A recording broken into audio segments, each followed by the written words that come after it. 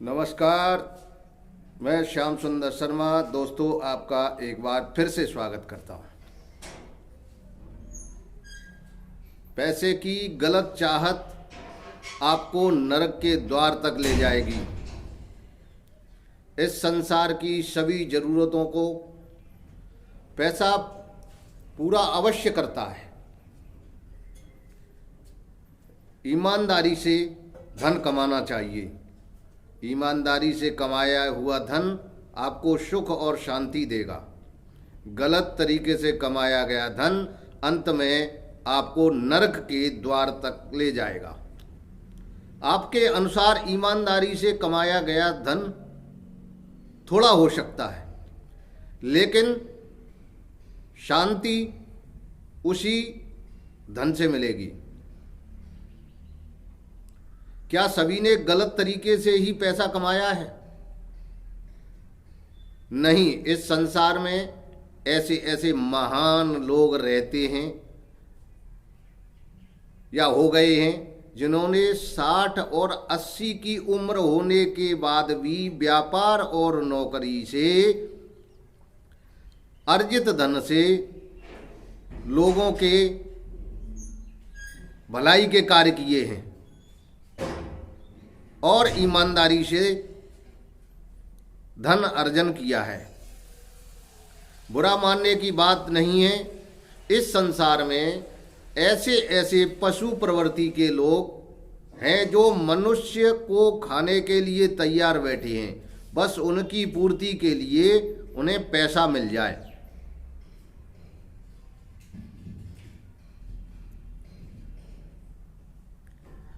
पैसे की चाहत में वो किसी भी हद तक जा सकते हैं। एक मनुष्य दूसरे मनुष्य की किडनी या अन्य शरीर का अंग पैसे के लिए बेच देता है। चाहे बेचने वाले व्यक्ति की मौत खुद की किडनी खराब होने से ही क्यों न हो जाए, लेकिन वह पैसे की गलत चाहत को नहीं छोड़ेगा। कभी कभी चंद पैसों के लिए लोग दूसरों की हत्या कर देते हैं। उन्हें शायद मालूम नहीं है कि घर पहुंचने से पहले एक्सीडेंट होने पर उनकी भी मौत हो सकती है। कभी कभी लोग बहू बेटियों का भी सौदा पैसे के लिए कर देते हैं। इस कलयुग में केवल पैसा मनुष्य का आधार है। गलत तरीके से जो भी धन अर्जन किया जाता है वो निश्चित रूप से गलत ही आचरण कराता है। ऐसे ऐसे भयंकर पापों से कमाया हुआ धन मनुष्य को कभी सुख और चैन अमन की जिंदगी नहीं दे सकेगा। नादान मनुष्य ये भी नहीं जानता कि इन पापों को करने से उसे कितने कष्ट भोगने पड़ेंगे, किस जन्म में आकर वह इन पापों को पूरा कर पाएगा, इन पापों की किस प्रकार से भरपाई हो पाएगी। ईमानदारी और धर्म शायद अब इंसान के लिए किताबी बातें बन गई हैं। संसार में मनुष्य को सुख और चैन पैसा कभी नहीं दे सकता है। अधिक पैसा होने पर सांसारिक मनुष्य ही दुश्मन बन जाते हैं। इस संदर्भ में एक प्रसंग आता है। एक बार भगवान गौतम बुद्ध जी किसी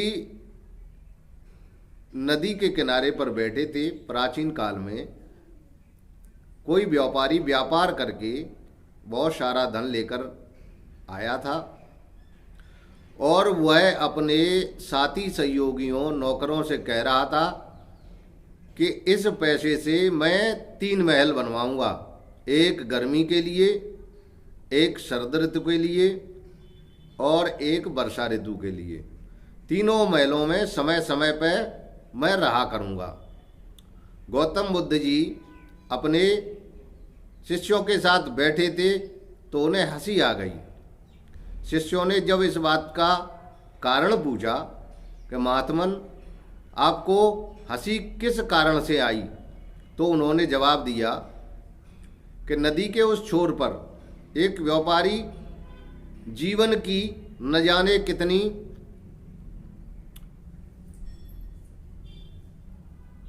व्यवस्थाएं बनाने में बैठा है। वह नहीं जानता कि उसका जीवन केवल 3 दिन का रह गया है और वह भविष्य के ताने बाने बुनने में लगा है।